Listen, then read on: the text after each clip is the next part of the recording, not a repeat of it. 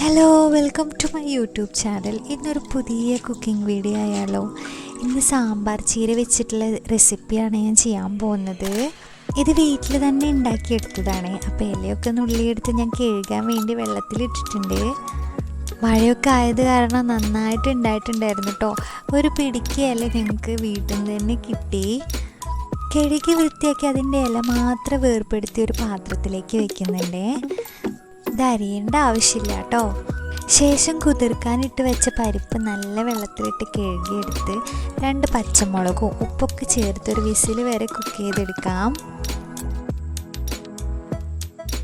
പരിപ്പ് ഞാൻ ഒരു വിസിലായപ്പോഴേക്കും നിർത്തി കേട്ടോ.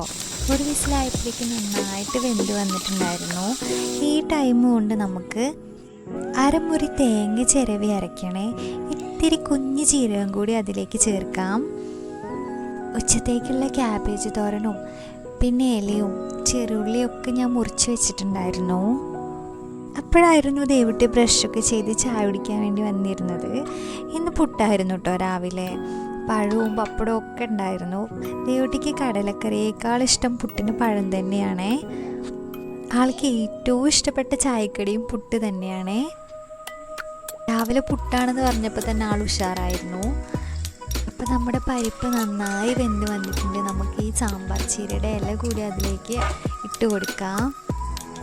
നന്നായി തിളച്ച് വരുന്നുണ്ട്. ഇല നന്നായി വേവായി കേട്ടോ.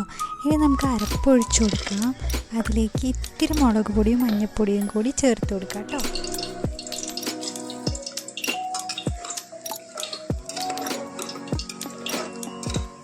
ശേഷം അരിഞ്ഞു വെച്ച ചെറിയുള്ളി വെച്ചിട്ട് വറുത്തെടുക്കാം.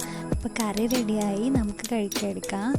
അപ്പോൾ വീഡിയോ വൈൻഡപ്പ് ചെയ്യാണ്. വീഡിയോ ഇഷ്ടമായ ലൈക്ക് ചെയ്യുക, ഷെയർ ചെയ്യുക, ഞങ്ങളുടെ ചാനൽ കൂടി ഒന്ന് സബ്സ്ക്രൈബ് ചെയ്യാം കേട്ടോ. Okay, by.